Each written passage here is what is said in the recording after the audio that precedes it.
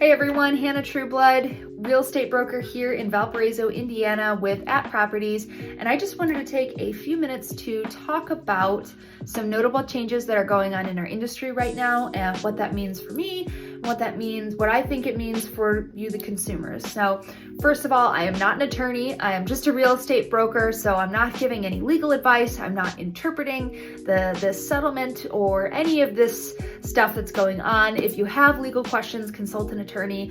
All I'm doing here is offering my opinion and my thoughts based on my experience as a full-time real estate broker here in the industry. So for those of you that don't know, the National Association of Realtors recently proposed a settlement that involves decoupling or separating the buyer's agent commission from the listing agent commission. Now, nothing is set in stone. The courts still have to approve it, and it's going to take months for them to do that. It'll likely be later in the summertime. They're saying mid-July. But in response to this proposed settlement, Governor Holcomb here in Indiana has signed into law that starting on July 1st, any buyer that is looking to be represented by a real estate agent in a purchase transaction is going to be required by law to have an exclusive buyer-broker agency agreement in place. Now, what does that mean? Basically, what it means is that the buyer is signing and agreeing that they are going to work exclusively with that agent for an agreed upon amount of time to secure the home of their choice, and that buyer's agent is going to be compensated whatever percent commission that they negotiate and agree on for that service. Now, before I go any further, I want to be really clear about something, and I've seen a lot in the media about this specifically. There is no set 6% commission. Our commissions always have been and always will be negotiable. We are not allowed to set rates or fix rates. That is called price fixing, and that is illegal.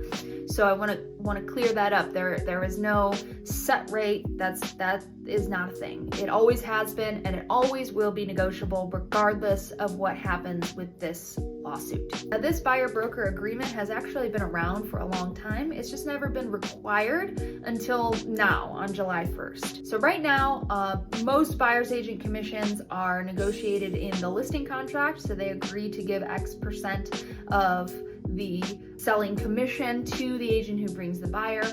And if/when this settlement proposal does go into effect, the only thing that it's going to change is that it's not going to be written like that anymore, and the broker compensation is going to be removed from the MLS. So every buyer, of course, is unique, and they're going to have a different situation. Some buyers are going to be able to pay this fee out of pocket, and that's great. But there's a lot of people who won't, and that has been a huge concern, and we've heard a lot about that. One way or another, we'll figure out how to get us paid. If you are not able to pay that fee out of pocket, we're still going to figure out a way to where you have the representation and that you have somebody looking out for your best interests and navigating this complex transaction with you.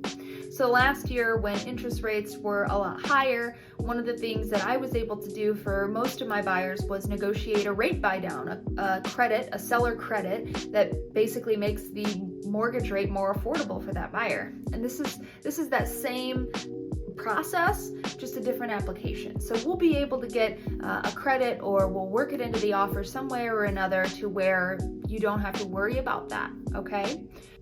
Do I have concerns? Absolutely. I mean, change is very difficult, and big changes like this, especially when you have the media sensationalizing and inflaming the situation the way that they are, obviously brings some concerns, brings some difficulties and some challenges. But am I also optimistic? Absolutely.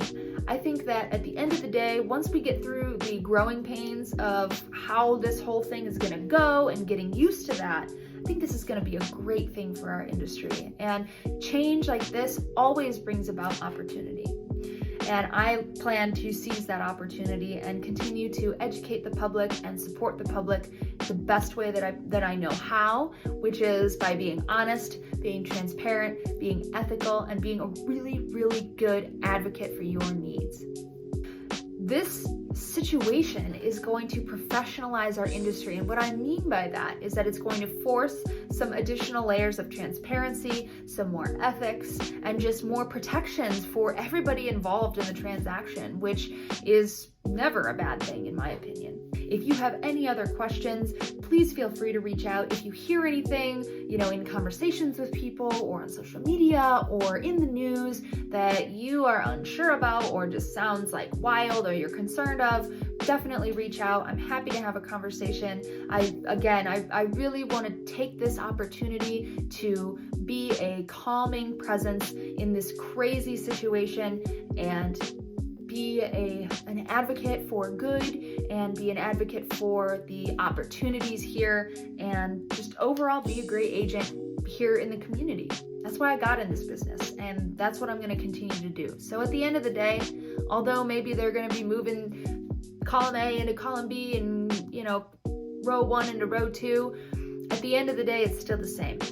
I care about you and your best interests, and I'm going to be doing everything in my power to make sure that you are well represented in your real estate transaction, whether you're a buyer or a seller.